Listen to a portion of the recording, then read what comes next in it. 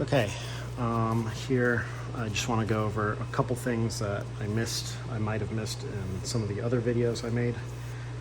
So whenever you complete a print job, right, you lift this and let's assume, right, that you had some pieces hanging from your build surface, your print is complete. The next step is, of course, removing those pieces and cleaning them, right? So you need to have an ultrasonic cleaner, ideally one like this. I'll put a link in the Confluence page for this specific model that we use. Ideally something with some knobs where you can control the temperature and the time for cleaning. You don't actually need to use the temperature. In fact, over time this thing will heat up just from the mechanical vibrations of the ultrasound. But it's for small parts like this, it's recommended that you clean them for at least 10 to 15 minutes. So I already have some parts that I cleaned that are in here. So you want to get a little bucket like this.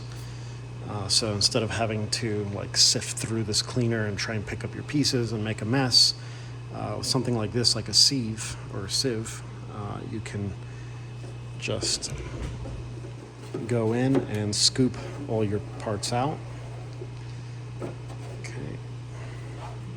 So these are a bunch of pot insulators that I printed up over the weekend. Okay. Let's just shake it up a bit, and then make sure to use paper towels. Just put them on there. Now you could let these dry, but ideally you would use something like compressed air, especially with parts like this that have very fine features. In particular, these through holes where the string, the tendon goes through. You want to make sure that those holes aren't clogged up with residual resin. Otherwise, when you cure this part, then it's going to harden, and then the through hole diameter is going to be too small for the string to kind of poke through, right? So I recommend using compressed air. So as a little example, right?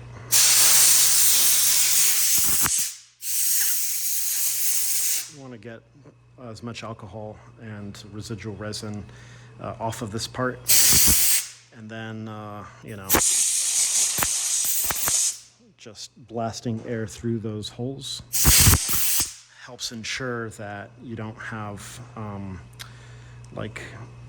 some semi-cured resin inside of those through holes. Again, when we go to cure this part, if you do have some resin in there, it's going to harden, and then your through holes will be blocked. And then you just have to throw this piece away because it's not worth the time to try and clean out those holes.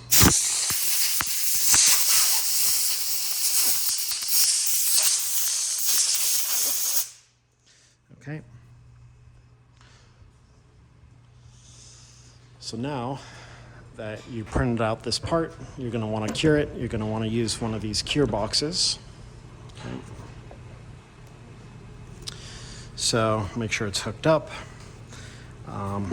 And of course, you can cure multiple parts at once, right? So before you cure this part, though, you want to make sure you remove the support structures, right? And it's okay if this end isn't completely flat, because what we're going to do once we cure this part is sand it down. So I'll show you how to do that as well.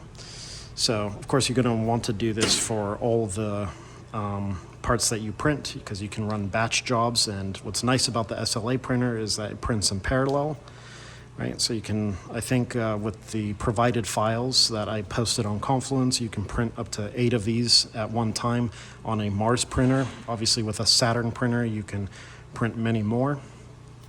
So to cure them, right, you put them on this little rotating platform. And then you put the cover on, right, which has the UV LEDs inside. And what I'll typically do is press the plus time button so that it reads 30 seconds. So hit on, and now it's curing.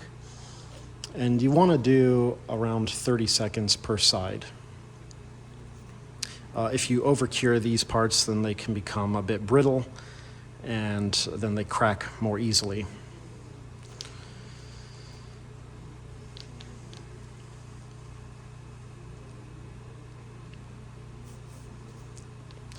Few more seconds.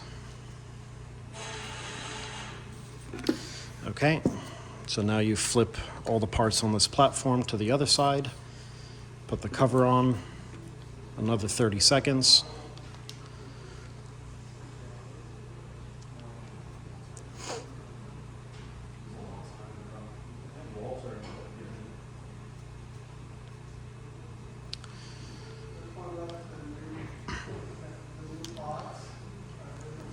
So a few more seconds.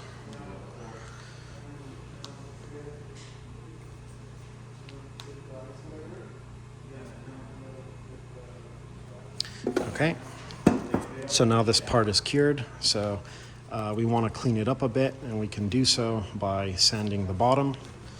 So to do that,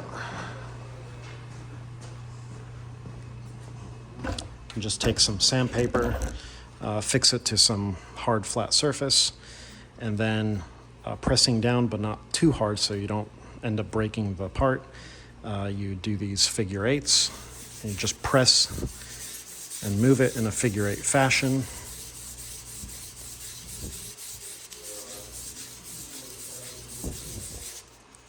Okay. So you do that until the flat side of this pot insulator doesn't have any more little nubs, and then of course it will be caked with some of this powder, this cured resin. So if you want, you could clean these parts again in the ultrasonic cleaner.